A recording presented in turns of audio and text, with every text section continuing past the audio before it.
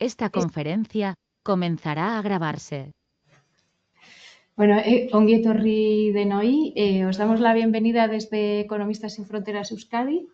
Queremos empezar la jornada de hoy agradeciendo, como siempre, al Colegio Vasco de Economistas, con quienes colaboramos desde la fundación de nuestra entidad, en realidad, de forma ininterrumpida. A Inchan especialmente, muchas gracias. Muchas gracias también a los ponentes que ahora pasaré a presentar, ¿vale? Tenemos a 2 ponentes en la mesa y otras 2 personas que van a intervenir en una segunda parte de la jornada. Es una jornada que es una presentación, coloquio, vamos a decir, va a constar de 2 partes. En la primera parte, José Ignacio Casas y José Ra Landaluce van a presentar el dossier que se titula Una visión crítica de la economía plateada. Este dossier es una línea de dosieres trimestrales que publicamos desde Economistas sin Fronteras desde 2011. ¿Vale? Desde 2017 están las versiones disponibles también en euskera, ¿vale? En castellano y euskera. Que sepáis que está disponible en nuestra página web y bueno, he traído unos ejemplares que ya habéis visto y si alguien, como os decía al principio, si alguien necesitara más o si tiene o en la asociación queréis recibir más, tenemos impresiones por si preferís en papel, ¿vale? Así que os pondríais en contacto conmigo y sin problema, ¿vale? Como os decía, en el primer momento de la presentación va a intervenir José Ignacio Casas, que es el coordinador de este dossier, y va a presentar el conjunto de artículos del mismo, ¿no? Que aparecen en el mismo. Y después va a pasar a realizar una breve exposición de media hora, hemos quedado, enmarcando la economía plateada en el ámbito del momento social y económico de las sociedades occidentales y concretamente en España, ¿vale? Y seguidamente José Ra Landaluce expondrá el código de conducta para la economía plateada que han presentado y que proponen ambos ponentes y que se recoge en el dossier. ¿Vale? Y en un segundo momento tenemos a Aitor Urrutia, profesor de la Universidad de Deusto y especializado en temas de envejecimiento activo, y a Alberto Bocos, fundador de la plataforma 50 Hacking Longevity, que participarán en la segunda parte del debate, ¿no? En torno a los temas de la economía plateada. Quería mencionar también que aunque en la mesa no esté ninguna mujer, sí que es verdad que en el dossier, cuando lo ojeéis habréis visto, sí que están representadas las mujeres. Y queríamos también hacer esta anotación porque en realidad es un buen dato que no estén porque la razón de que no estén es que están con otras agendas, ¿vale? O sea, no es que no hayan querido venir, no es que no estén representadas en los temas, sino que tienen pues muchas solicitudes, otras solicitudes que han impedido que estén hoy aquí, ¿vale? Aún así, sí que esperamos que haya temas de género que se traten en el debate y en las presentaciones, porque, bueno, es un tema que atraviesa a la economía plateada. Y, bueno, paso a presentar a los ponentes. José Ignacio Casas es sociólogo, como os decía, es el coordinador del dossier, especializado en sociología de la edad e impacto social de las nuevas tecnologías. También es consultor de investigación social y de marketing, miembro de la Federación Española de Sociología, de la Fundación Cibio y de la Unión Democrática de Pensionistas, entre otras, ¿vale? Es voluntario de la Fundación Cibervoluntarios y de Voluntarios por Madrid. No sé si quieres añadir algo al currículum. Bienvenido, muchas gracias. José Ramón Landaluce es presidente, yo creo que muchos y muchas de las que estáis aquí ya le conocéis, es presidente de Nagusia, que es la Asociación de Centros Sociales de Personas Jubiladas y Pensionistas de Vizcaya. Ha sido representante en Age Platform Europe, que es la red europea de personas mayores y para personas mayores dedicada a la sensibilización, incidencia y aprendizajes mutuos. Y también fue vocal en la Unión Democrática de Pensionistas y Jubilados de España. Y luego, como os mencionaba, estarán Aitor Urrutia Serrano, doctor en Ciencia Política, trabaja e investiga en el área de servicios sociales y después de trabajar en la Administración Pública en la Diputación de Vizcaya como asesor político, ha realizado una tesis doctoral en torno a la gobernanza del envejecimiento activo en el territorio histórico de Vizcaya y desde 2011 se dedica a la transferencia de conocimiento en la Universidad de Deusto y a cuestiones de fomento de la empleabilidad del alumnado. Y también tiene un blog en el que escribe sobre envejecimiento activo que se llama aiturrutia.eu, ¿vale? Por si os interesa. Alberto Bocos Zarraga Ha trabajado durante más de 20 años en estrategia organizacional, comunicación digital, innovación, facilitación, marca y cultura en el ámbito del teatro y de festivales internacionales. Desde 2009 ha sido director de comunicación en Innovasque y desde 2018 está aportando su experiencia en el campo de los mercados de la longevidad a través de la plataforma de la que es fundador, que es Plataforma 50 Hacking Longevity. También forma parte de la Red Global de Innovación en Longevidad, Aging 2.0. Y luego esto lo he sacado del LinkedIn, pero me permites que lo diga porque me ha gustado. Desde siempre, en la experiencia diaria, trato de combinar diversión y trabajo lo mejor posible. ¿Vale? Pues muchísimas gracias a todas por estar aquí y a todos y os dejo con los ponentes. ¿Vale? Es que ricasco. Arratsaldeon, buenas tardes. Muchas gracias al Colegio Vasco de Economistas y a Economistas Sin Fronteras de Euskadi por la invitación para poder estar aquí y poder debatir algunas de las cosas que hemos tratado de volcar en este dossier que tiene un nombre raro, ¿no? Una visión crítica de la economía plateada. Bien, vamos a ver qué es eso de la economía plateada y por qué somos un poco críticos con esa visión, ¿no? No sé si esto, a ver, si esto funciona. Bueno, ¿por qué este dossier? Parece que es que los mayores somos, yo ya me considero, bueno, ya estoy en esa franja de mayores, que somos una carga social, que nos dedicamos a dejar la hucha de las pensiones vacía, que gastamos mucho en sanidad, en cuidados y que no estamos dejando un céntimo para las generaciones venideras. La gente joven, mucha gente joven, dice que sabe que no van a cobrar pensiones porque no las estamos comiendo los mayores. Entonces parece que es que la definición de mayor hoy en día en España es una carga social. Pero de pronto alguien dice, bueno, ojo, que hay una cosa que se llama el dividendo de la longevidad. ¿Qué es? Pues que podemos sacar partido de la gente mayor también, ¿eh? O sea, no son algo para echar al cubo de la basura. También nos pueden servir de algo. Y entonces es lo que se llama el dividendo de la longevidad como conjunto de externalidades positivas, o sea, de cosas que podemos sacar asociadas a una población que goce de buena salud y que puedan ser útiles por el auxilio de las nuevas tecnologías.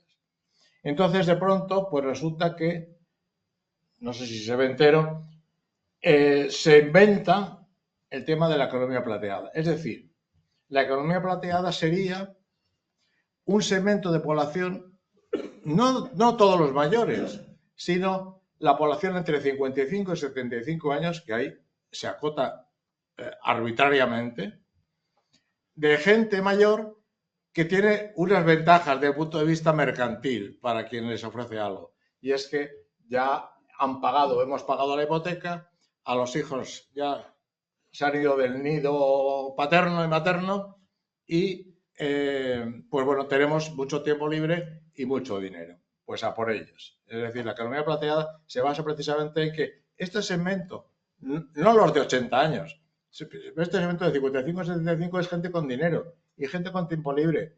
Pues vamos a ver qué podemos venderles. Queda un poco brusco dicho así, pero en el fondo es esto nada más, la economía plateada. Por eso tenemos una visión crítica y en el sentido de que esa forma de ver las cosas nos parece bastante equivocada y bastante falaz, digamos. Y por eso creemos que hay que verla de otra forma y que la gente mayor y la gente no tan mayor tiene algo que decir en esta cuestión. Esto es un poco el porqué del dossier que hemos confeccionado. Rápidamente doy un repasillo, bueno, ahí están en papel y por eso no os voy a contar mucho del contenido, pero sí daros unas pequeñas anotaciones sobre cada uno de los artículos porque os puede servir un poco de pista para decir, pues empiezo a leer este artículo o aquel, o ninguno. Como ha dicho antes Patricia, hay 5 autoras y 4 autores y estamos aquí nada más que José Rayo, digo, bueno, ¿qué pasa con esto, no? Di un repaso a todas las autoras y una estaba en Lovaina, otra estaba en Santiago de Chile, otra estaba, son profesores universitarios y su agenda les impedía estar aquí, pero bueno, que sepáis que la aportación de autoras ha sido tan importante o más como la de autores. Y eso es muy importante porque la visión que muchas veces se tiene desde ese punto de vista enriquece mucho este debate y todo lo que podamos hablar aquí. Bien, en los contenidos, rápidamente. El primer artículo, que es el que he escrito yo, de la economía plateada de la sociología de la edad, bueno, es un poco tocho, ¿eh? O sea, puede ser un poco aburrido porque intenté meter muchas cosas de lo que los enfoques de las ciencias sociales no han tenido en cuenta a la hora de plantear sobre la sociología de la edad y por ende en la economía plateada. Pero bueno, ahí está. El que tenga una noche de insomnio se lo puede leer, ¿vale? En segundo lugar, Eduardo Crespo y Concepción Fernández Villanueva y María José de Villar han hecho un artículo muy interesante sobre la falacia de cómo se enfoca a este segmento, a este objetivo mercantil de economía plateada, cómo se les enfoca, qué visión se pretende que asuman de gente sonriente, gente feliz, gente que envejece de maravilla, gente que todo el mundo le quiere, gente que se va de viajes a todos lados, etc. O sea, esta visión es una visión totalmente sesgada y este artículo lo marca muy bien, ¿no? Siguiente artículo, de Dolors Comas, en la economía plateada frente a la economía de cuidado.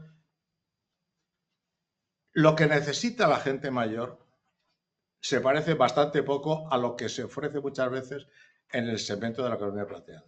Una cosa es la economía del cuidado y cómo las familias, sobre todo las mujeres, están asumiendo esa economía del cuidado de una manera gratuita y sacrificando buena parte de sus potencialidades frente a lo que se está predicando como economía plateada. Otro tema fundamental es el tema de la economía de la sanidad, digamos, cómo interfiere eso ahí. Ahí está, es un artículo de Fernando Lamata muy interesante. Más artículos de Raquel Martínez Buján, las plataformas digitales en la comercialización de los cuidados en los hogares, la expansión de modelos de negocio, o sea, cómo la economía de los cuidados a domicilio tiene unas características en España muy, muy personales, tanto en la manera como se generan estos servicios como las personas que trabajan ahí, muchas veces migrantes, desde luego la inmensísima mayoría de mujeres, etc. Entonces, es importante ver un poco de qué estamos hablando y no esas maravillas que nos vende el enfoque de la economía plateada. Un tema clave que además hoy en día en España atraviesa la sociedad española totalmente es el tema de la vivienda. Es decir, los mayores, la gente mayor de 55, 75 y más, son personas que en una buena parte son propietarias de su propia vivienda. Algo que no está ocurriendo en las generaciones siguientes.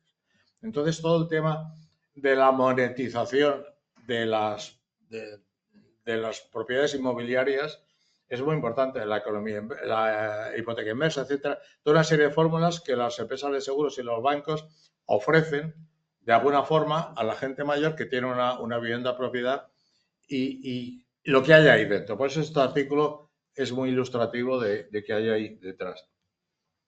Y finalmente, lo que José Ram desarrollará después del código de conducta que proponemos para la economía plateada. No estamos en contra de las ofertas de economía plateada per se, pero depende mucho cómo, con quién, con qué fines, a partir de qué presupuestos, a dónde se destina el dinero público para este tipo de iniciativas, etcétera. En fin, hay siempre en estos dosieres se suele recomendar un libro, que en este caso es de Dale Danefer.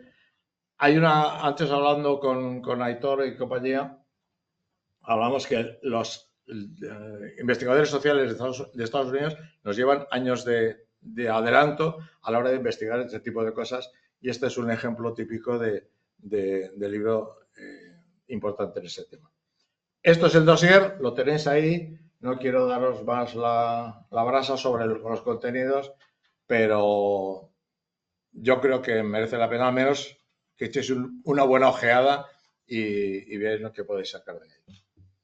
Esto es una parte.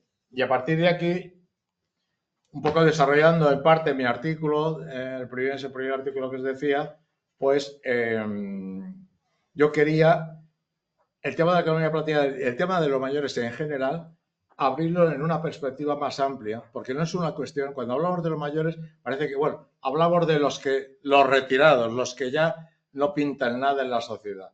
Es mentira.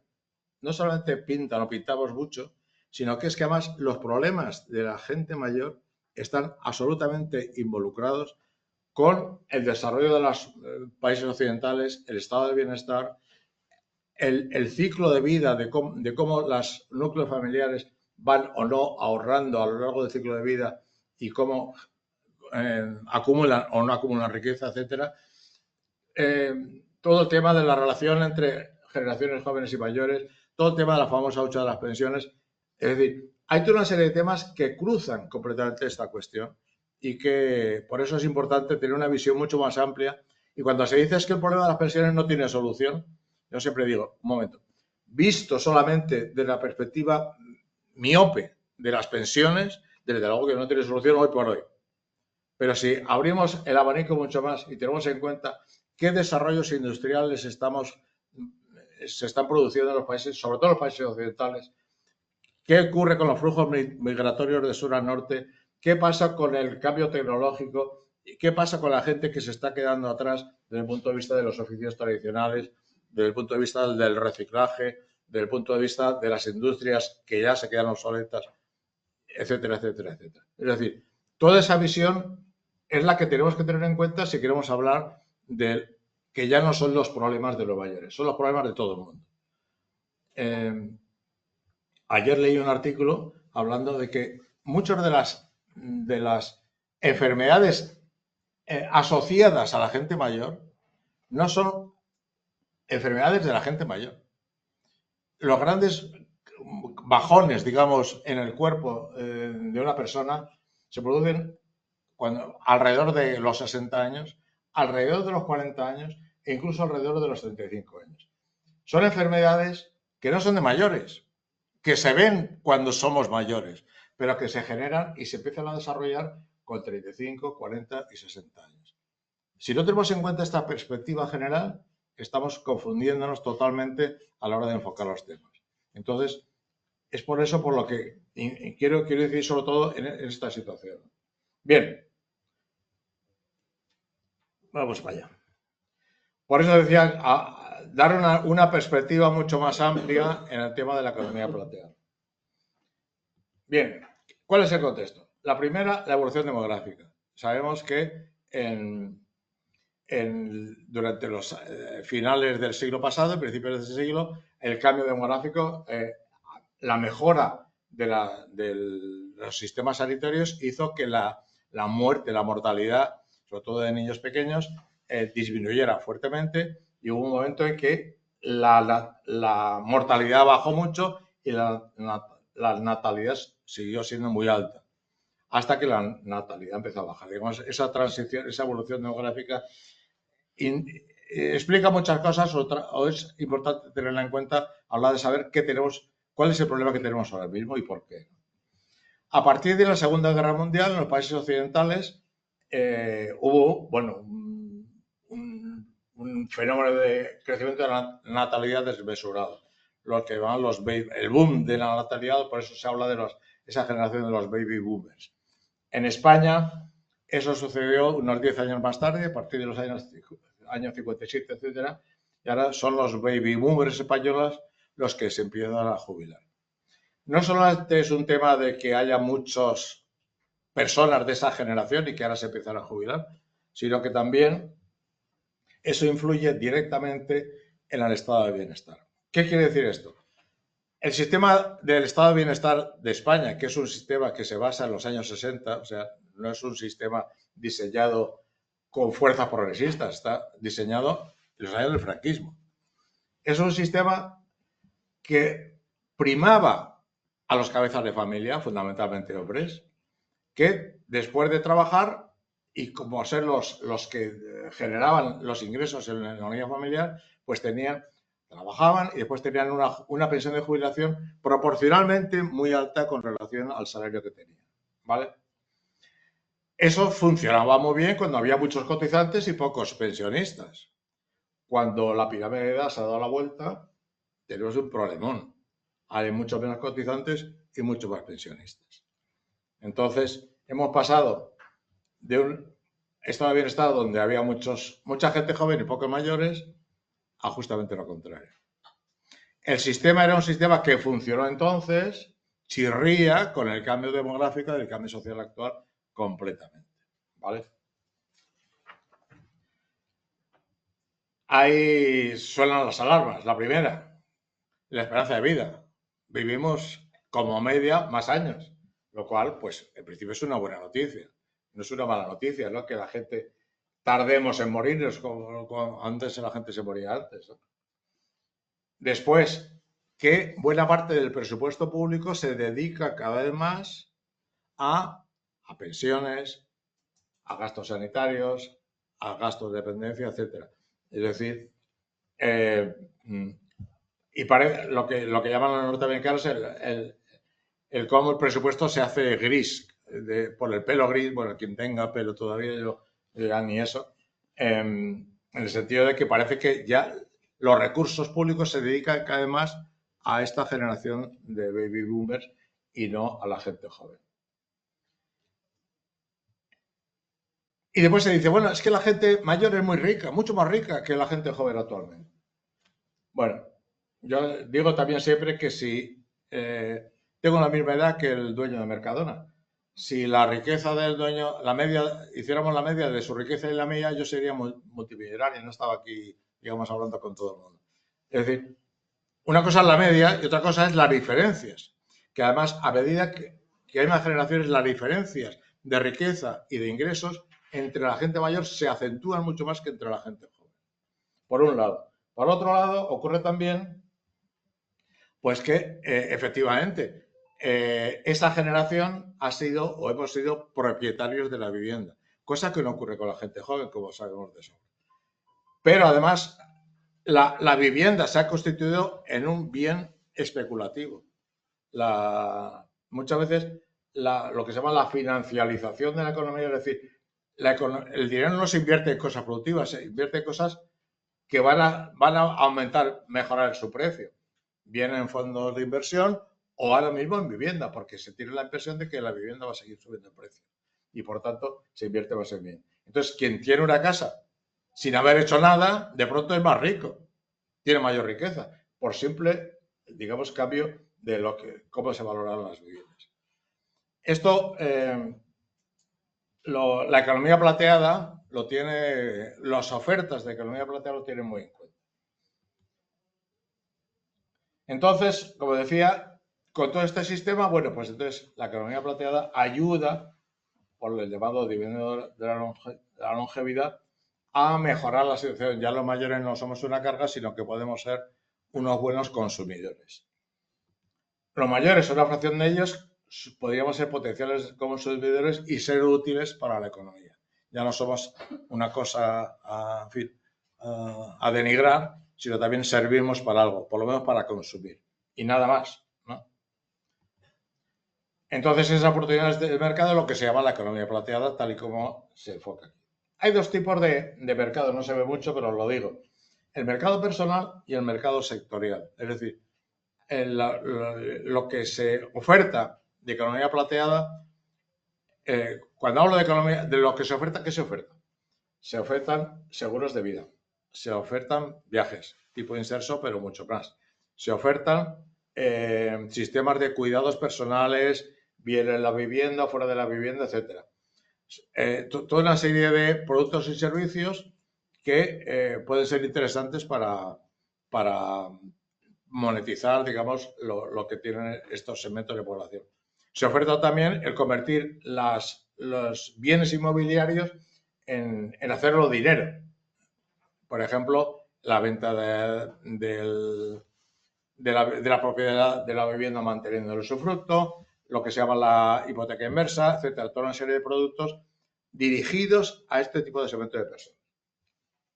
Pero no a todas las personas. En el mercado de personas hay un perfil. Solamente les interesa a estos ofertas a la gente entre 55 y 75 años. Como decía, con una economía saneada, porque ya el nido está vacío, ya no tenemos que mantener a los hijos, la hipoteca está pagada y el nivel de renta o de riqueza es entre medio alto. Y en entornos urbanos.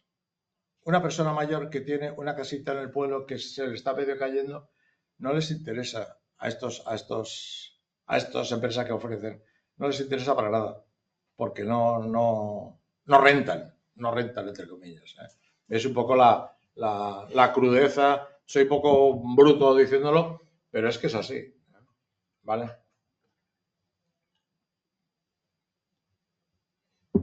Entonces, a ver, aquí estamos.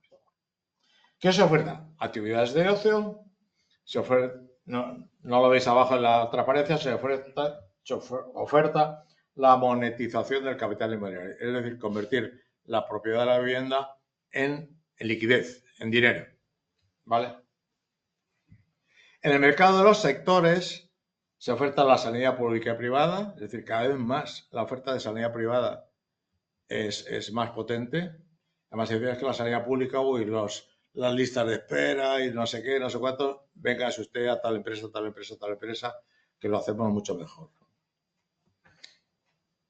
Y el tema de los cuidados personales. Esto es uno de los artículos que he comentado antes, hablaba de esto, es decir, el mercado de los cuidados personales, sobre todo a domicilio, es un boom que prácticamente nadie habla de él, pero que está ahí y es tremendo, ¿no? ¿Vale? Bueno, yo ya lanzo algunas cuestiones más para debatir que para digamos, para sentar cátedra. La economía plateada, que está dirigida a este segmento de 55 a 75 años con este perfil económico y social y tal y cual, igual es un tema de esta generación nada más, ¿eh? Hay quien dice que, bueno, que la siguiente generación no va a tener ni este dinero, ni va a tener estas propiedades, ni va a tener nada. Entonces, igual dentro de 40 años de economía plateada no habla nadie, porque la gente mayor de entre 40 años va a ser pues tan pobre como la gente joven actualmente. Entonces, bueno, pues igual ya no nos interesa tanto, ¿no? Pero bueno, ahí está. Porque hay un vuelco generacional, porque no sé si habrá generaciones plateadas, silver, ¿no? Porque el modelo secuencial, aquí tendríamos para hablar, ¿no? Bueno, los economistas conocéis a Franco Modigliani, que es el teórico, el premio Nobel, que teorizó sobre el flujo, digamos, monetario y de riqueza y de ingresos a lo largo de toda la vida de un núcleo familiar o de una persona. Y cómo la vida está troceada de una manera artificial entre 4 fases: la fase del juego, los niños, la fase de formación, prepararse, la fase del trabajo y la fase del retiro.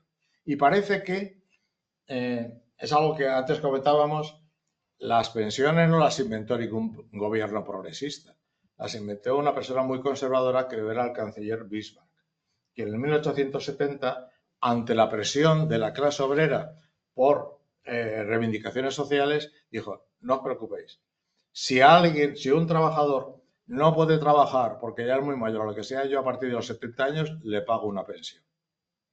Esos 70 años se bajó después a los 65. Pero no estaba pensando en la gente mayor, estaba pensando en los trabajadores, para calmarlos, es decir, no os preocupéis, seguir trabajando, que yo os aseguro el porvenir. Lo gracioso es que en aquella época la esperanza de vida era de 40 años, o sea, a 70 años llegaban 3 privilegiados, si es que llegaban, ¿no? ¿Y de qué manera? Entonces, el retiro, las pensiones están pensadas como tranquilizantes para los trabajadores del momento. Y la formación, entonces, que empezó a desarrollarse la formación y la instrucción de los jóvenes, estaba pensada no para hacerlos mejores personas, sino para formarlos para el trabajo.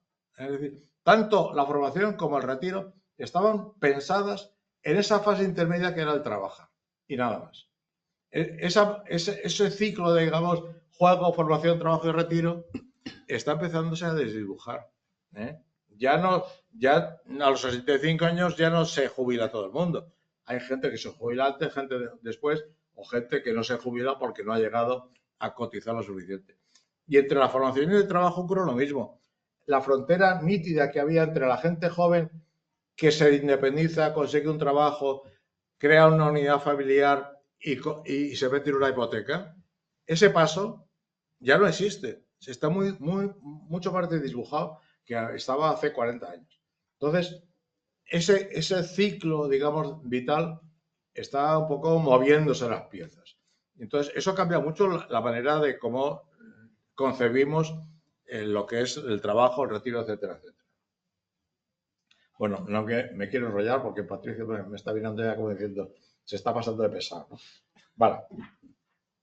Entonces, por eso decía la falsa centralidad de la fase laboral en el ciclo de vida. Parece que es que toda nuestra vida está pensada en esa fase laboral, antes y después, y nada más. Es algo que yo creo que además, yo siempre digo, cuando doy sesiones a gente mayor, digo, no pensemos que ya estamos fuera de la sociedad. Eso es un error. No solamente para nosotros, sino para la sociedad. Hay muchas, o sea, tenemos que seguir siendo partícipes. O sea, el retiro no significa desaparecer, dejar de pintar nada en la vida. Estamos pintando muchas más cosas de lo que parece, pero nos hacen creer que no. Y eso es malo para la gente mayor y para el resto de las personas. Vale. Bueno, acabo ya. Y ya por lanzar más preguntas y más interrogantes. Han cambiado la esperanza de vida, es decir, ya vivimos mucho más tiempo, afortunadamente.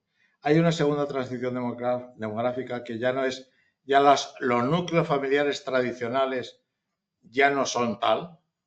Estamos con las estructuras familiares o unidades familiares muy variadas y muy distintas, tan legítimas como cualquier otra. El clásico padre, madre y 2 hijos, eso no existe ya. O sea, la variedad de situaciones es muy grande y tan legítimas y válidas como cualquiera. Hasta ahí podemos llegar, ¿no? La pirámide de edades se ha volcado. Ya antes era una pirámide, ahora es como una seta. Muy poca gente joven y mucha gente mayor.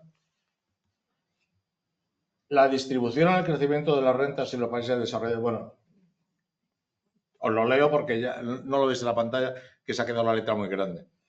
Pero, bueno, no entro en esto porque es que si no, ahí sí que me enrollaría. Entonces, ya lo hablamos acaso después. El cambio tecnológico, es decir, hay un vuelco total en las cualificaciones y en la tecnología, sobre todo en las nuevas tecnologías, que están entrando en todos los ámbitos de la vida. El colapso en el mercado de la vivienda, que eso quiebra completamente ese ciclo que decía antes. La crisis medioambiental, es decir, estamos destrozando la tierra de una manera cada vez más rápida. La incorporación de la mujer al mercado de trabajo de una manera cada vez más importante, de tal manera que antes seguimos todavía pensando, mucha gente, que los cuidados familiares, etcétera, corresponde a la mujer, a las hijas, etcétera. Eso ya no deberíamos tener esas ideas en la cabeza en absoluto, porque empieza la cosa a chirrear. Esto tiene una repercusión directa, por ejemplo, en las tasas de natalidad, 1000 temas. Es decir, aquí hay muchísimas cosas en juego que las migraciones. Todo esto, además, lo que digo yo, tiene una deriva intergeneracional. Cualquiera de estos temas que se puede reinterpretar desde el punto de vista generacional, entre diferencias entre generaciones. Todas ellas. Desde el cambio climático, la gente joven dice que los mayores estamos destrozando la tierra. No sé hasta qué punto tendrán razón. Algo de razón seguro que tienen. No sé cuánta, pero seguro que tienen. Y cualquiera de estos otros temas que os decía tienen una deriva intergeneracional muy importante. Pero hay gente que pretende decir, no, el problema es que los mayores somos unos egoístas, estamos dejando el mundo hecho un asco, gastamos mucho, estamos robando el dinero de las pensiones de nuestros hijos, etcétera, etcétera, etcétera. Y encima pretendemos que nuestras hijas, no nuestros hijos, nuestras hijas nos cuiden. Bueno, mil cosas. No quiero meterme en más temas. Me salto 2 transparencias porque es que si no, ya os mato con esto o me echáis directamente. Y bueno, pues las alternativas. Y siempre me gusta citar algún libro. Este libro, no sé para cuándo estará traducido, sería un libro muy interesante. Y este otro, de Mariana Mazzucato, en el sentido de por qué es importante que la manera de resolver el problema de las pensiones y otros problemas más del estado de bienestar no se trata de restringir las condiciones de acceso a una buena pensión, sino de cambiar completamente el modelo productivo, tema en el que no puedo entrar porque si no se los hace de noche, que desde ya. Y nada, pues muchas gracias y perdona el tostón. Señor. Hombre.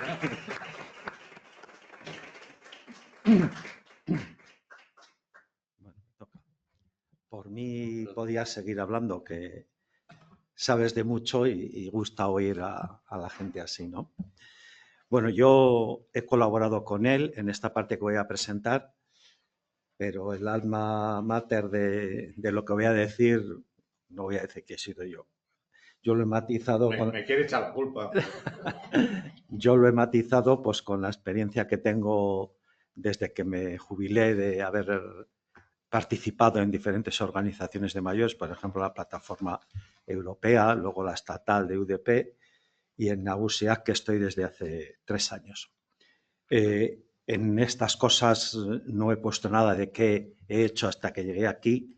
Pues bueno, yo era de la segunda promoción de la Universidad de Deusto de informática, cuando el ordenador normalito ocupaba una habitación como esta y tenía menos cash que este teléfono.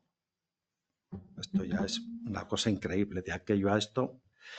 Bueno, pues era eso, emérito, ingeniero informático emérito, y ya también me ha superado a mí, o sea, que porque haya hecho informática no quiere decir que no tenga problemas con esto.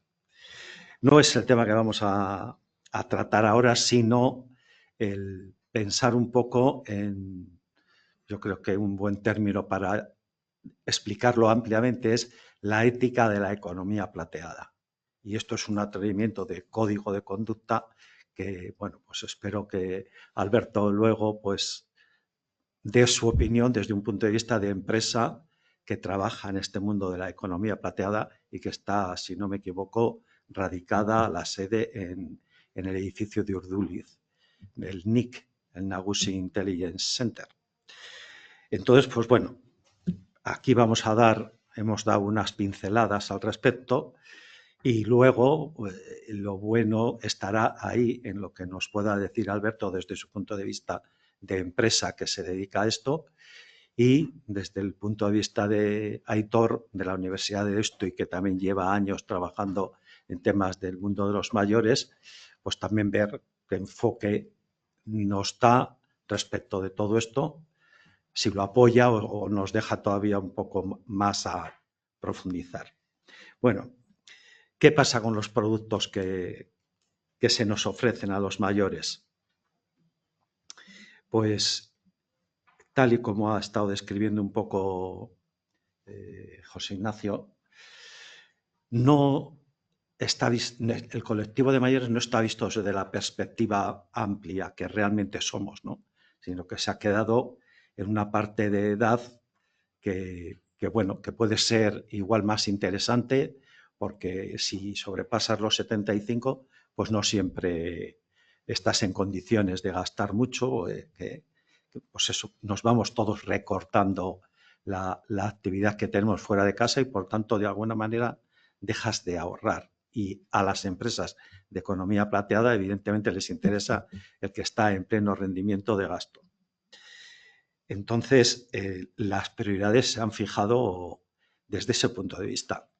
Se sacan al mercado productos y servicios enfocados a este tramo de gente. Los demás, hay un gran negocio que aquí no lo mencionamos, Pero curiosamente las residencias se han convertido en un negocio, que están llenas de gente mayor de 80 años, o sabe Dios cuántos, pero sobre todo que es dependiente. Y entonces a la gente dependiente resulta que se le están sacando los cuartos para que las farmacéuticas pues se forren, porque una residencia es una fuente de suministro de pastillas de todos los colores increíble. Entonces es un negocio por ese lado y por otro por lo que cuesta estar en una residencia. Entonces, si tienes mucho dinerito, igual te la puedes pagar, pero si no, pues a lo mejor te quitan hasta lo que le pudieses haber dejado a los hijos, ¿no? El diseño de productos y servicios, ahí también, desde que se creó el NIC, nosotros hemos intentado estar en reuniones de cuando se presentan empresas con productos y servicios nuevos, el ofrecernos para participar en las pruebas según se va desarrollando para ver si cuadra con el objetivo previsto, etcétera.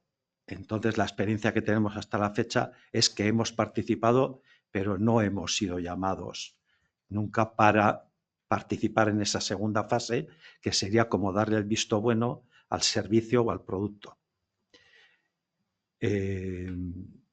Seguiremos insistiendo, pero aquí desde Nagusiak somos prácticamente lo que es Nagusiak, es la junta directiva que está en una sede, pero por debajo hay 133 asociaciones locales distribuidas por toda la provincia que tienen gente que siempre se ofrecería a participar en algún proceso de estos. No voy a decir que bien vendríamos en manada, pero seguro que siempre salía gente para colaborar en este tema. Pues bueno, hasta la fecha, insisto en que hemos pasado desapercibidos. Y esto me recuerda que hace igual ya 2 o 3 años, cuando se hizo el primer hackathon, participé en uno de los grupos y allí la ponencia que hicimos nosotros, nuestro grupo contemplaba esto, un proceso de unos servicios eran, pero que pasaban por sanidad, en el cual nosotros, los mayores de las asociaciones, éramos las personas que íbamos a ir probando lo que se iba poniendo en marcha en cuanto a la forma de funcionar y todo esto, ¿no? Entonces, quedamos muy bien en la clasificación final de los proyectos presentados, pero tampoco sirvió para nada en especial. Bueno, los sesgos y deformaciones que aparecen en algunas iniciativas. Bueno, pues eso, el diseño de productos y servicios se enfoca desde este punto de vista, de este nicho que tiene mucho dinero para gastar y, por lo tanto, pues se dedica exclusivamente a eso. No se piensa en cosas que se podían preparar para gente de más edad, de más de 75, y que también pues sería un mercado importante, pero incluso no se tiene nunca en cuenta el coste del producto que se va a vender. Es decir, no nos enteramos de que se está poniendo en una empresa productos en el mercado que se puede comprar la persona mayor.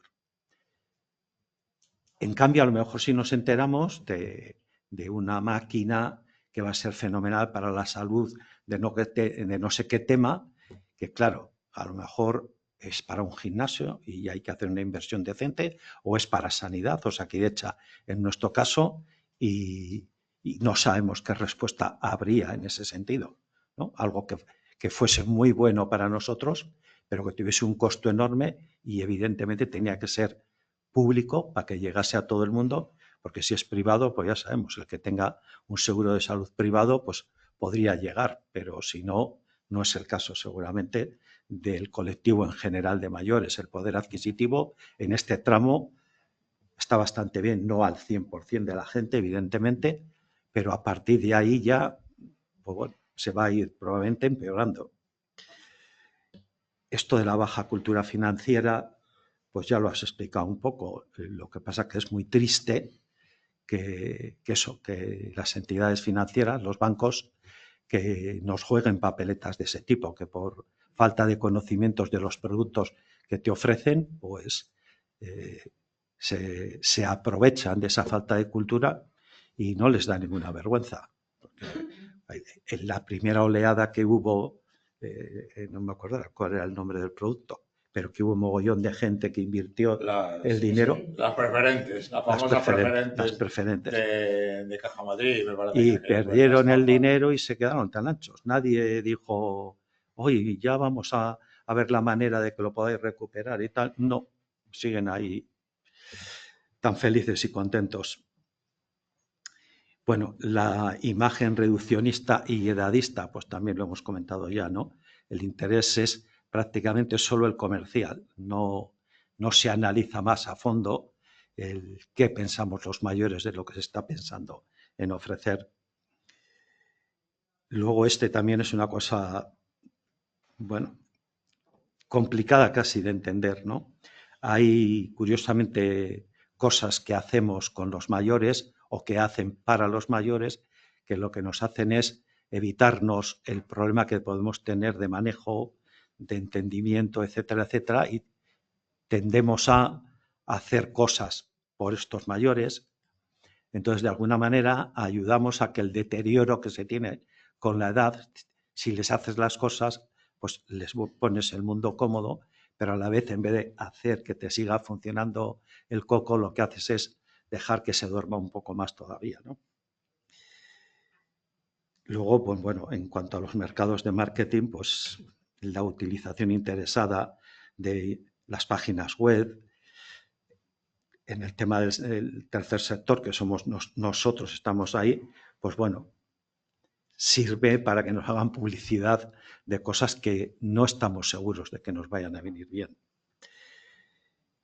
Bueno, y por último, el código de conducta debería aplicarse a, bueno, podríamos estar pasando, pero bueno, el código de conducta, eso, debería aplicarse desde las administraciones públicas para poder asegurar que el objetivo principal es el bienestar y la participación social de los mayores, por delante del beneficio mercantil de la oferta.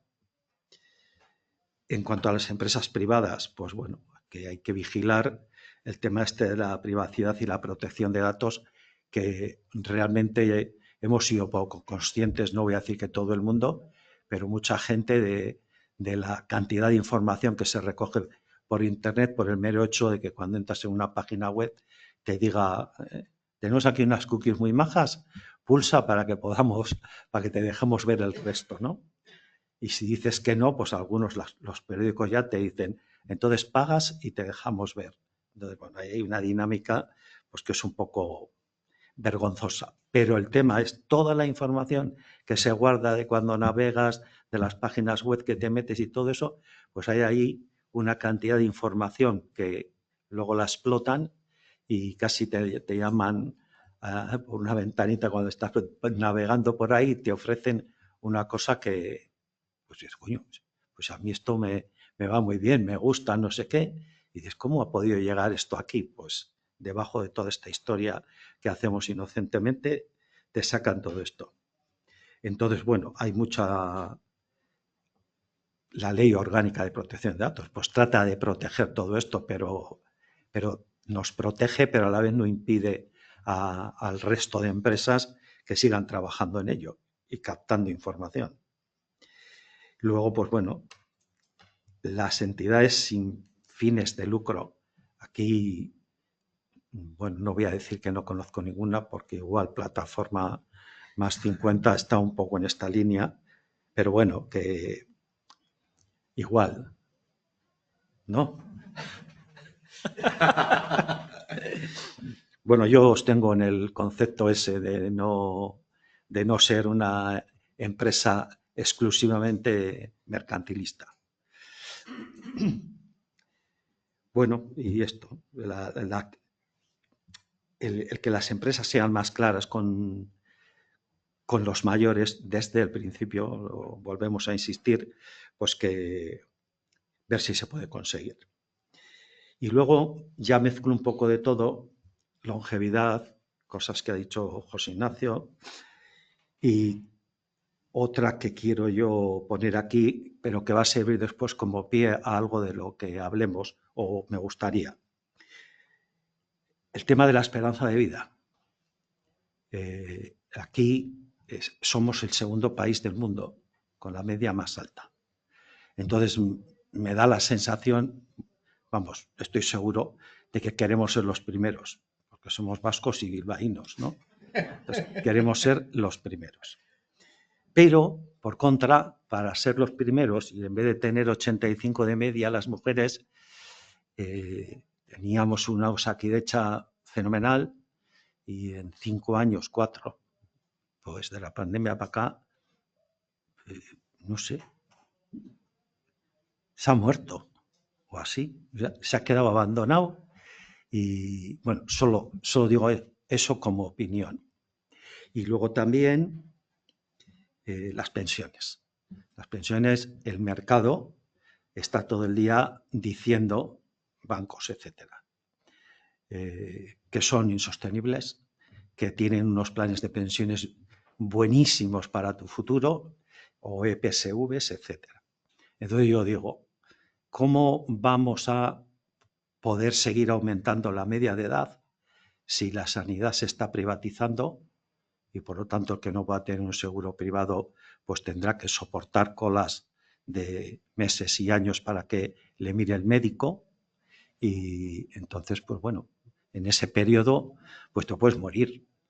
Entonces, para que siga aumentando la media de edad, tiene que haber una buena sanidad y pública, y tenemos que tener el sustento económico. No todo el mundo tiene unos ahorros, ni 20 pisos o 2 o 3. Entonces, tenemos que tener unas pensiones ahora y en el futuro. Cuando pasen estos 30 años ya igual tampoco es necesario que digamos esto, pero en este momento es imprescindible el tener unas buenas pensiones, porque es que encima los pensionistas somos los que nos gastamos la pasta todos los días por ahí, porque los que estáis currando no veis cómo están los bares por las mañanas o a media tarde. Adivinad quién está allí. Pues los pensionistas y jubilados, ¿no?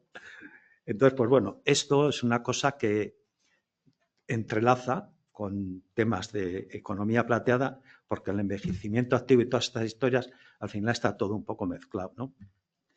Entonces, bueno, pues a lo mejor de aquí sale también algo para que charlemos un rato. Entonces, pues bueno, por mi parte eso es todo. Gracias.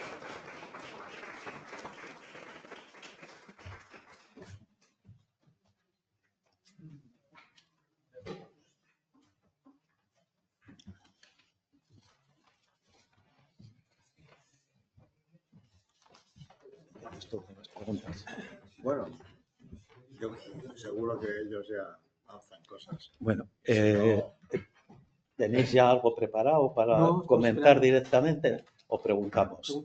No, yo seguro que tenéis un montón de cosas en la cabeza que no hace falta ni que se os pregunte. Así que, adelante por mí. Bueno, y si alguien quiere preguntar alguna cosa, intervenir, tenemos un micrófono por ahí. ¿Vale? Sí. Está bien. Ya no llega más. ¿No? Eso es suficiente. Estoy enchufando al techo, no se oye a nadie. Es que no había...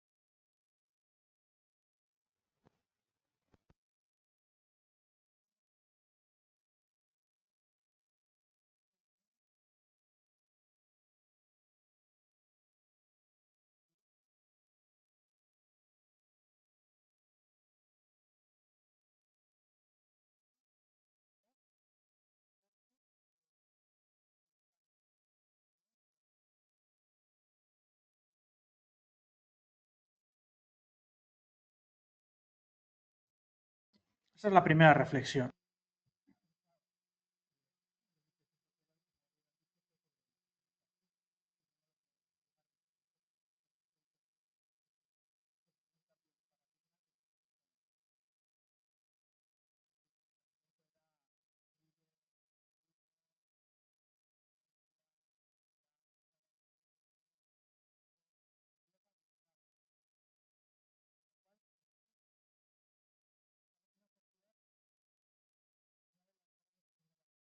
A hacerse, o que se está haciendo ya, es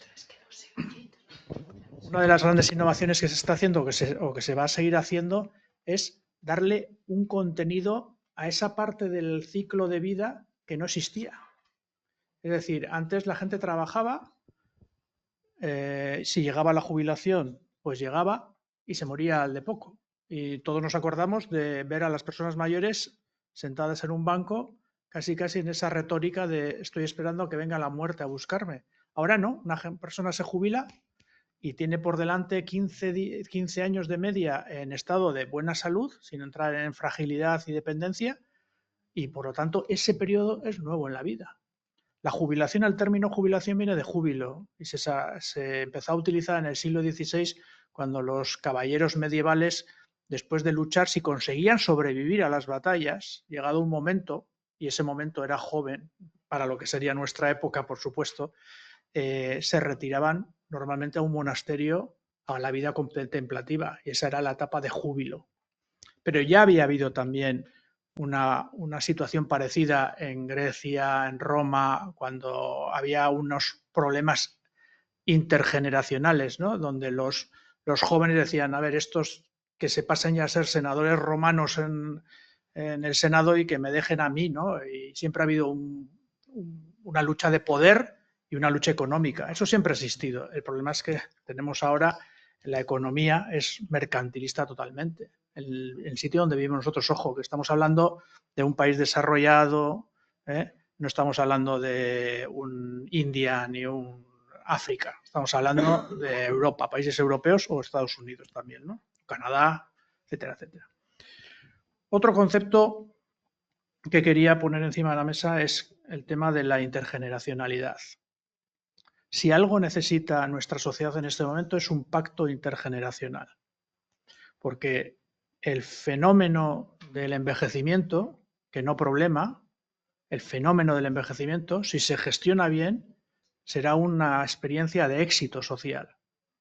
Pero para eso, como han apuntado en la mesa, para eso hay ciertos mimbres que hay que ligarlos de otra manera. Es decir, si tenemos un sistema de pensiones que fue diseñado en la época franquista, con una esperanza de vida muy cortita, y ahora la esperanza de vida es mucho mayor, pues hay que ver cómo gestionamos eso. Y eso no quiere decir que nos jubilemos todos a los 80 años. No estoy hablando de eso, sobre todo porque me tocaría a mí. El resto ya ha pasado esa línea, ¿no? Pero nos tocaría a nosotros. No estoy diciendo eso. Estoy diciendo que quizás no podemos pasar de 0 a 100 en la jubilación. O sea, no podemos pasar de trabajar 8 horas un día y al día siguiente no ir a trabajar porque nos hemos jubilado. Y no puede ser que el problema metido dentro de la cápsula de la economía plateada sea que a ver cómo mantengo a las personas mayores el máximo tiempo en el mercado porque así no pago pensión o el 100% de la pensión que les correspondía, pero además son productivas. Y además, cómo transfiero, que es la segunda parte que les interesa en este momento, cómo transfiero ese conocimiento para que cuando se vaya la persona lo haya dejado en la empresa.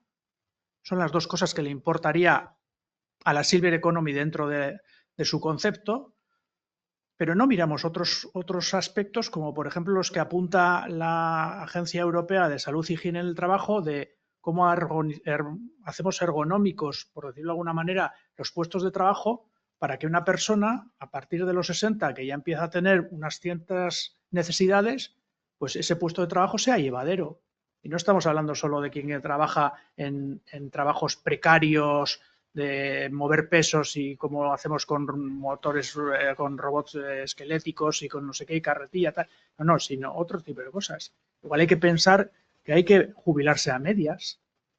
yo creo que habría mucha gente que estaría dispuesta a ir a trabajar 4 horas al día, no entrar a las 8 de la mañana, pero entras a las 9 de la mañana, te vas a la 1 y luego, oye, pactamos que julio y agosto, que hace calorcito, pues no voy.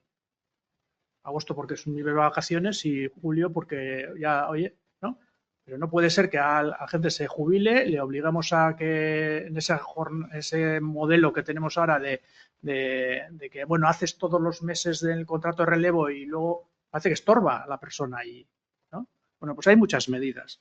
Y luego se me ocurren 1000 cosas, pero te voy a dejar hablar un poco, Alberto, porque como me coma yo todo el marrón, vamos mal, ¿eh? Luego, si Alberto no deja, hablaré con Joserra, que también tengo que decirles que responsabilidad también es de cada una de las personas, no solamente en cómo envejecemos, sino cómo nos representamos en ese imaginario social. Pero eso lo dejo para después de la publicidad. Yo hago la parte publicitaria entonces. Entonces, yo voy a poner un poco más de contexto. Efectivamente, Plataforma 50, como has preguntado, es una cooperativa de iniciativa social. Por tanto, no somos los que vamos a representar más la postura capitalista de las empresas ciber. No somos nosotros, ¿no? Dicho lo cual, tampoco, o sea, hay que entender que hay sujetos diferentes, con motivaciones diferentes, naturalezas diferentes, y que a veces tienen sentido. O sea, depende de qué actividad desarrollen o cómo lo desarrollen, ¿no? Por otro lado. Con respecto al código, al tema de la propuesta del código ético, me parece muy interesante que hagáis una propuesta de código ético. Me queda cerca el tema de la ética, por mi formación.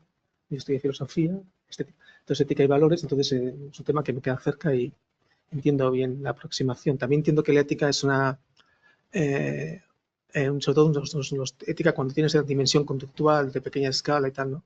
Tiene algo que tiene que ser aceptado por el entorno, ¿no?, al cual se dirige, ¿no? Que una ética impuesta externamente sería un ejercicio de colonialismo, ¿no?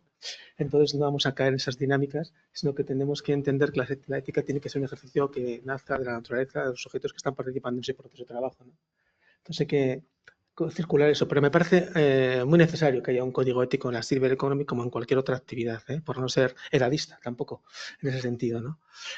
Dicho lo cual, también nosotros como Plataforma 50 somos impulsores del foro que se llama FECOPLA, Foro de Empresas de la Economía Plateada, ¿no?, que se está creando a nivel del Estado, ¿no?, porque creemos que desde una perspectiva privada se tiene que abordar este asunto, ¿no? Y uno de los primeros puntos que tenemos precisamente es el desarrollo de un código ético de la economía plateada. O sea que ahí coincidimos en objetivos y podemos colaborar en ese desarrollo y pues es muy interesante, ¿no?, ese tema, ¿no? Y más, he visto el planteamiento que hacéis del código ético. A mí me gusta el código ético que habéis planteado. Se me queda un poco corto en algunos aspectos. No, se me queda un poco corto porque la economía plateada, la Silver Economy, que hoy están haciendo aquí, o sea, no tenemos una economía plateada desarrollada, como puede ser la economía plateada que puede haber más en Estados Unidos, ¿no? Hoy la economía que tenemos aquí es una economía naciente que está intentando impulsar o sea, todavía os oigo hablar a veces como de sujetos que son muy dañinos o muy entrados en el mercado y, joder, en el caso concreto, por ejemplo, de las hipotecas inversas, a ver, por poner datos al tema, el año pasado en España se hicieron 500. O sea, éxito no es que tengan. O sea, mucho éxito, ¿no? Y en Reino Unido, que es el país del éxito, se han hecho 50.000. O sea, tampoco es que estén funcionando. O sea, realmente los procesos o los productos y servicios de economía plateada, donde tienen mercado más potencial y están más activos, es en el sector público. O sea, hoy por hoy la economía plateada donde está radicada y no tiene más funcionamiento en el sector público, ¿no? Entonces ese código ético igual también necesita algunas aplicaciones en el ámbito del sector público, ¿no? Y uno de los cuales me parece a mí que es interesante, que habéis abordado y me gusta mucho el artículo de los cuidados de e-commerce, ¿no?, de cómo lo abordan, ¿no? Y creo que tenemos, y que enmaraña un poquito todo este tema de la Silver Economy, porque a veces se le atribuyen cosas que no son de Silver Economy, otras que sí que son propiamente y otras que quedan fuera y que deben estar, es el tema de los cuidados, fundamentalmente, ¿no? Y hoy por hoy para mí es un desafío que como país, ¿no?, como cultura, tengamos el derecho a los cuidados de manera subjetiva. Hoy por hoy no tenemos derecho a los cuidados. Tenemos programas que apoyan los cuidados de dependencia, tal y cual, pero como personas, lo mismo que tenemos el derecho a la sanidad y yo me pongo enfermo y tengo derecho a la sanidad de manera libre, da igual como yo sea, tengo derecho a una atención mejor o peor, que funcione mejor o peor el sistema o tal, hoy no tenemos derecho a los cuidados de una manera subjetiva, ¿no? O sea, tenemos algunos programas que apoyan ciertas medidas en función de, ¿no?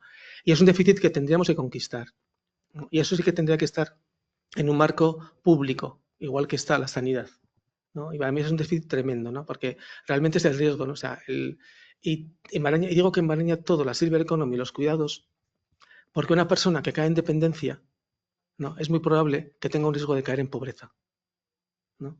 Entonces aquí, el no contar con una red de cuidados potente que dé servicio a las personas como se merece, ¿no?, pone en riesgo la vida y la economía de las personas a muchos niveles. Y no solamente de las personas, sino de su familia. Y por eso es un tema que hoy todavía sigue siendo feminizado, tremendamente feminizado, etc., ¿no? Y que además tiene un horizonte malo, porque el modelo de atención de cuidados que tenemos hoy, que se basa en la familia, que es un acuerdo que está plenamente aceptado en nuestro país por todas las clases, por toda la clase política piensa que es la familia que debe sostener los cuidados y las medidas de apoyo son a la familia, fundamentalmente, ¿no?, más que a la persona, ¿no?, es una solución que igual tiene los días contados. Porque el modelo familiar, como bien habéis dicho, es un modelo familiar que está evolucionando muchísimo, ¿no? Y ya tenemos también situaciones de personas que ya no tienen tampoco el tema, ¿no? Ahí tenemos un 20% de población que no tiene hijos. Entonces, claro, ¿cómo va a sostenerse un modelo de cuidados que se basa fundamentalmente en un apoyo familiar, ¿no?, sin una cobertura, ¿no? Claro, y mientras esto no se solucione, todo lo que es la silver economy, economía planetaria, queda teñido por esta mercantilización de los cuidados, que parece algo que es un derecho que debería estar por encima de lo económico, ¿no? Eso afecta a todo lo que es el tema de los cuidados en el hogar, las residencias y los modelos de cuidados que están emergiendo en toda Europa, que son muy potentes, ¿no? Para mí es un aspecto crítico que hay que abordar de manera separada y quedar. Y luego, por otro lado, hoy por hoy, la economía plateada no está en ese momento de ser una canibalización de la economía de los mayores.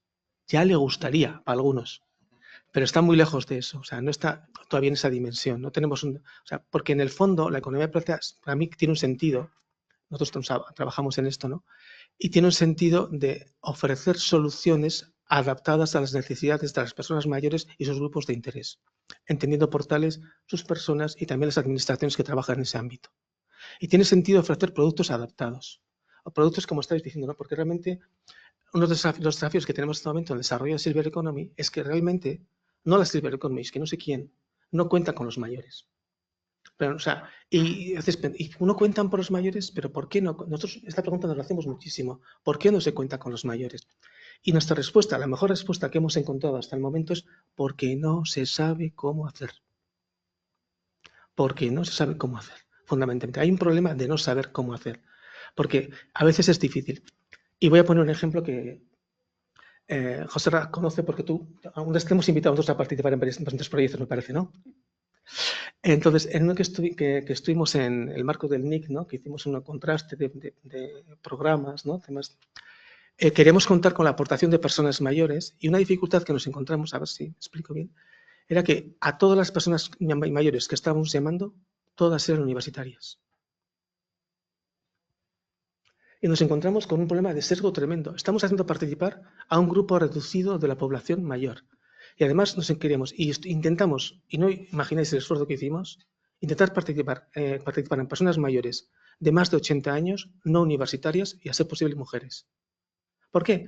Porque queremos rescatar y entender realmente las necesidades desde la perspectiva de las personas que son de las que van a utilizar las cosas.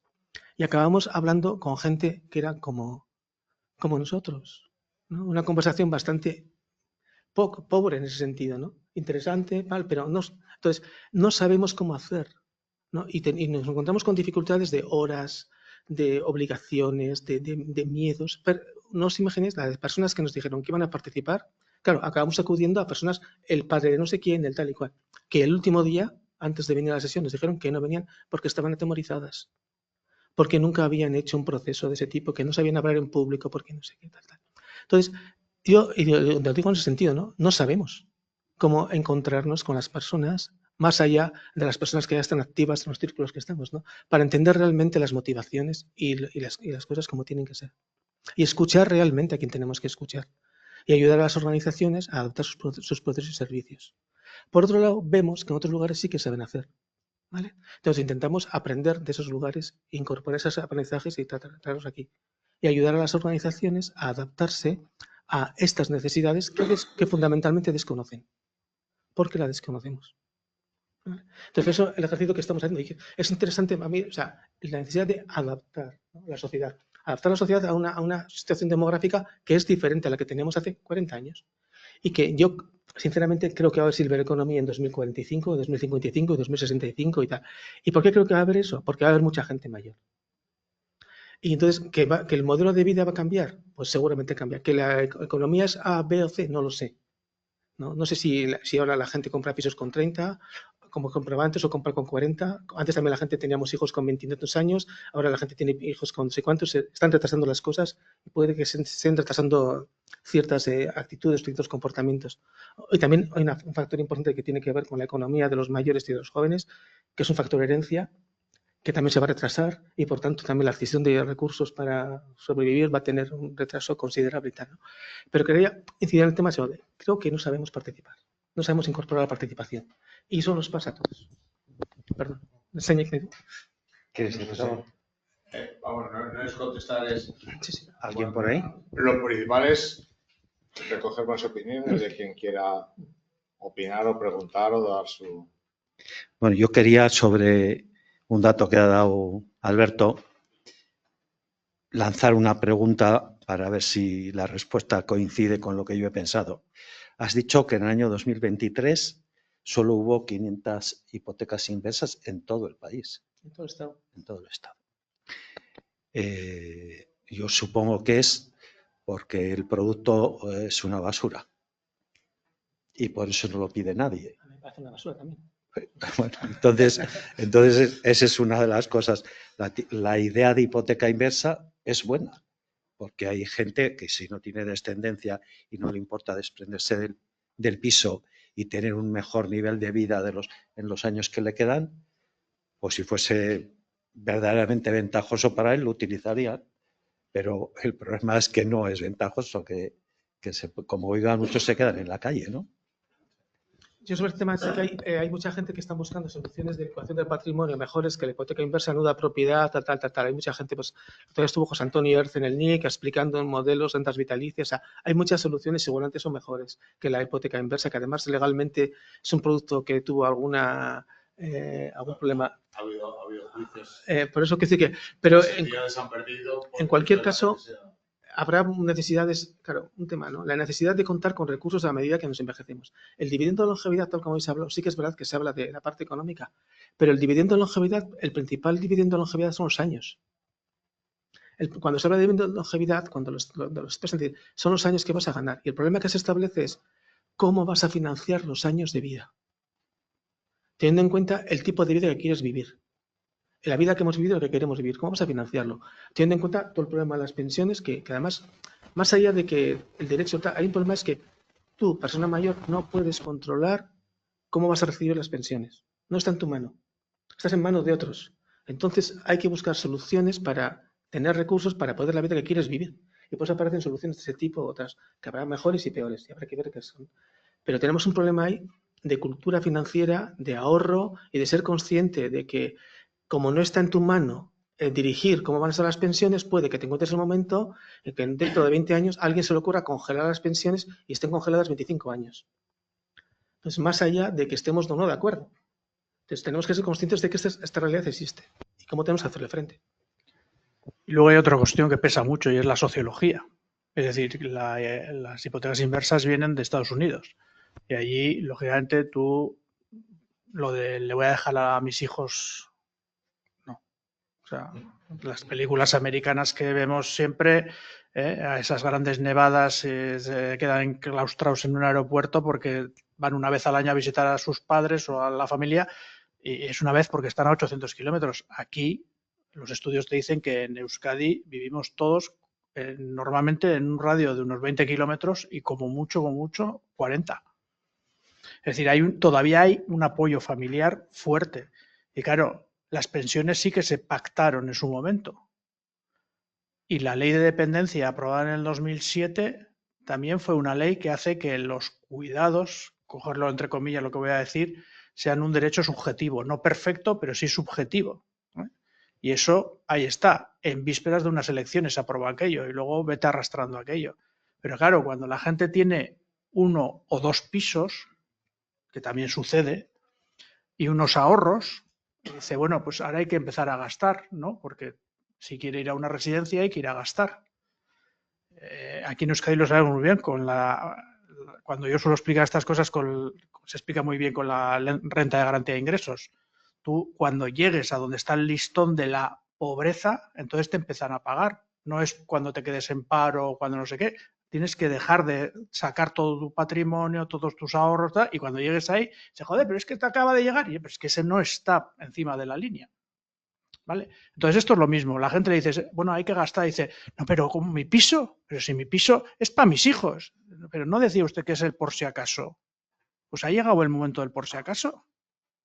Lógicamente, la ley en Vizcaya, el piso, la primera vivienda no te la tocan nunca, ¿vale? O sea, que ahí que no hagamos de demagogia tampoco.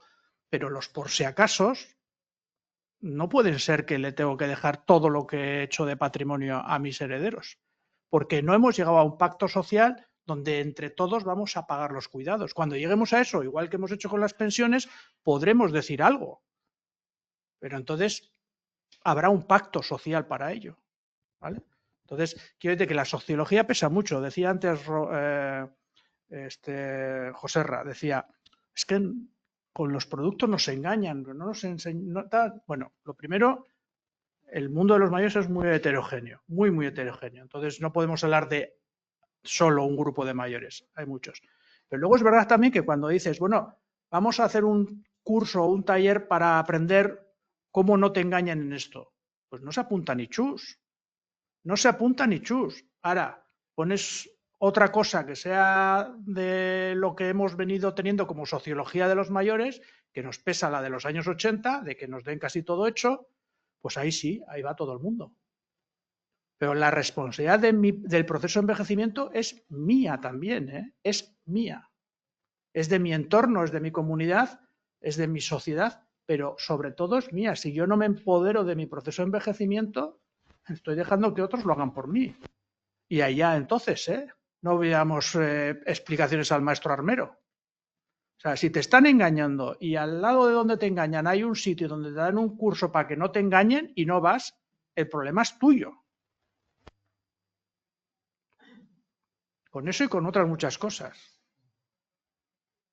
Luego, lo de quejarnos de la sanidad, todos sabemos que hemos perdido cierto empuje de la sanidad vasca, es verdad. Pero ya les gustaría a los que están fuera de Euskadi tener la sanidad que tenemos aquí. Es decir, que nosotros estábamos en 9,8 y hemos pasado a 9,5. ¿Vale? Entonces, bueno, hay que ser relativo. Yo he estado en julio, por primera vez en mi vida, he estado en lo que se llama en un país en vías de desarrollo. Y ahí aprendes perfectamente el concepto libertad, el concepto seguridad y todo lo demás. Entonces, que como ciudadanos tenemos que ser exigentes, por supuesto que sí, pero que tenemos que ser responsables también. Sí, no tengo mucha voz, ¿eh? No, pero es que si no, no entra en la grabación. A casa no llegas.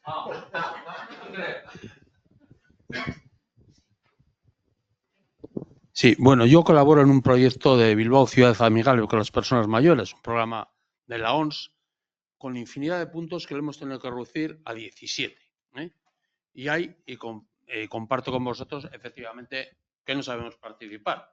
Yo llevo ya desde el año 18 y lo voy a dejar ya porque no veo relevo. O sea, me quieren engañar el alcalde con otra cosa que Joserra sabe, que ahora se lleva más otra cosa que va a ser Bilbao Iría y tal. Es decir, ciudad de valores. Y poco más, pero nos dejamos engañar, efectivamente. Los que somos economistas, cuando nos vendieron la EPSV, la definición está ahí.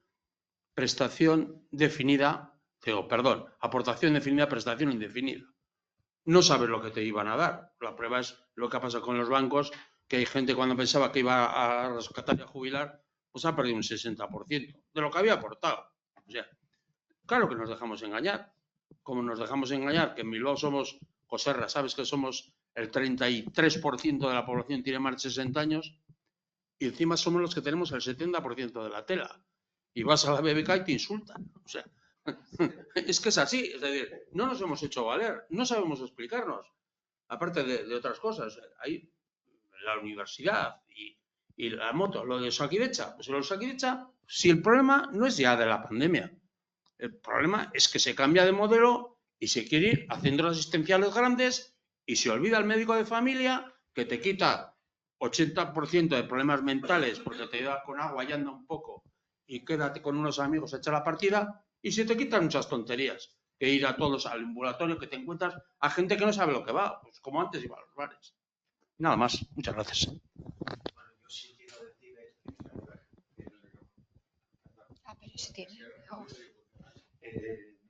El proyecto de ciudades amigables en Bilbao, pues bueno, no sé, igual todo el mundo no sabe muy bien de qué va todo esto, pero desde el 2018 para acá, Bilbao, todos sabéis que ha mejorado en muchas cosas, no igual en todas las que hacían falta, pero ha mejorado muchísimo. Y eso a los mayores nos interesa en una enormidad, porque lo que persigue es que sigamos saliendo a la calle y no tengamos problemas de miedo, de escaleras, de, en fin, cosas que ponen en peligro el que entres y salgas de casa con salud. Entonces, esa mejora, pues hay que tenerla en cuenta y agradecerla al grupo motor y al ayuntamiento, porque al final las cosas que salen, que se proponen desde los mayores para mejorarlas, tiene que aceptar el ayuntamiento, meterlas en pleno y gastarse la pasta. Entonces, pues bueno, quedan cosas por hacer, pero ha estado muy bien y es de agradecer por todo el mundo. Por cierto, en Leioa, mi municipio, ahora estamos con ello. Sí. Como han dicho que a las 8 íbamos a terminar, y ya son las 8, solo quiero dejar, claro, esto va a traer cola, porque aquí nadie ha hablado de la inteligencia artificial.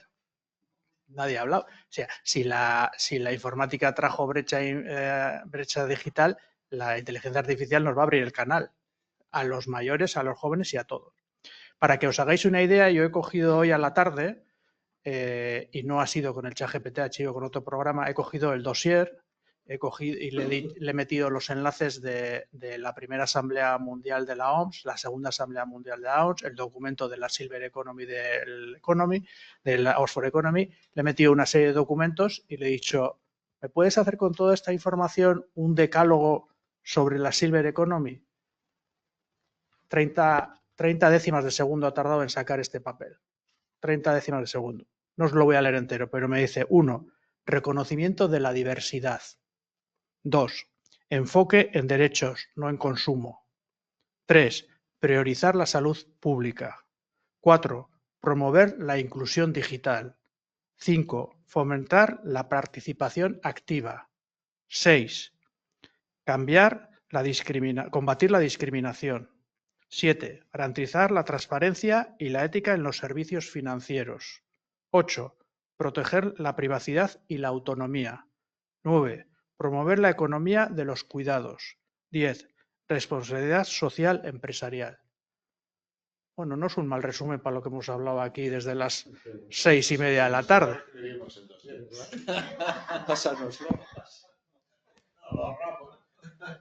Yo tenía una última, no sé si alguien de las que estáis aquí asistentes, si no, yo tenía una pregunta relacionada con el enfoque de género.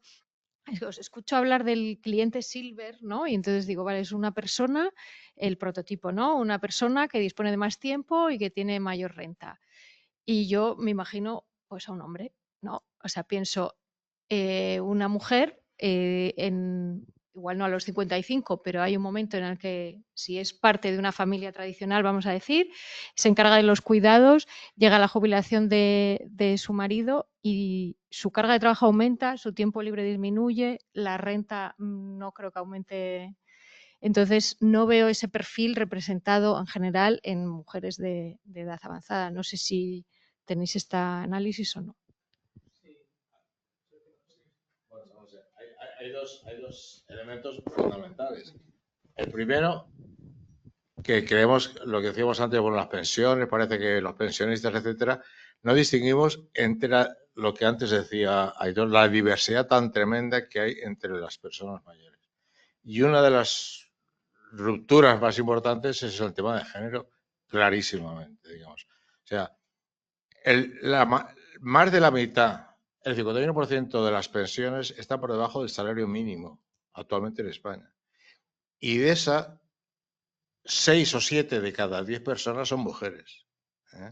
Entonces, hay un corte ahí por género tremendo, ¿no? Por un lado, el tema de las pensiones.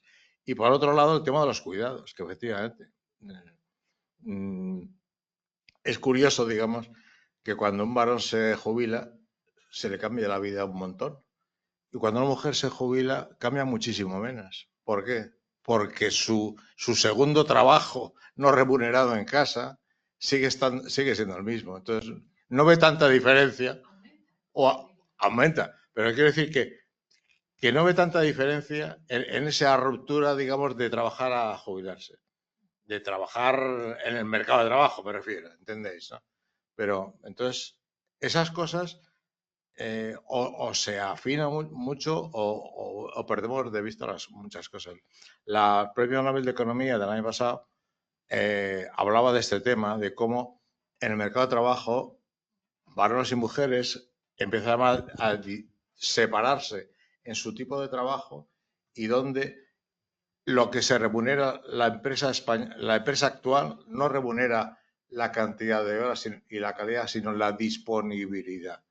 Normalmente es el varón el que está disponible 24/7 a lo que le dice la empresa.